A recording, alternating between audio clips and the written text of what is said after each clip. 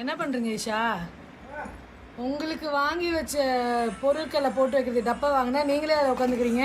நாங்கள் பொம்மையோட பொம்மையாக ஐக்கியம். ஈஷா ஈஷா அடி வேணுமா? நாங்கள் பொம்மைடா. அடி நாங்கள் பொம்மைடா. அங்கே வர பொம்மைடா பொம்மைடா.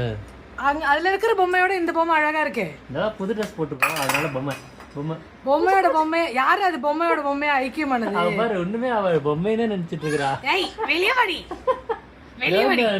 ஏய் அவளை தூக்குடா. கீழ இறங்கு ஈஷா, கீழ இறங்கு. அதுல யாராவது உட்காருவாங்களா ஈஷா? அது கம்ஃபர்ட்டபிளா இல்ல.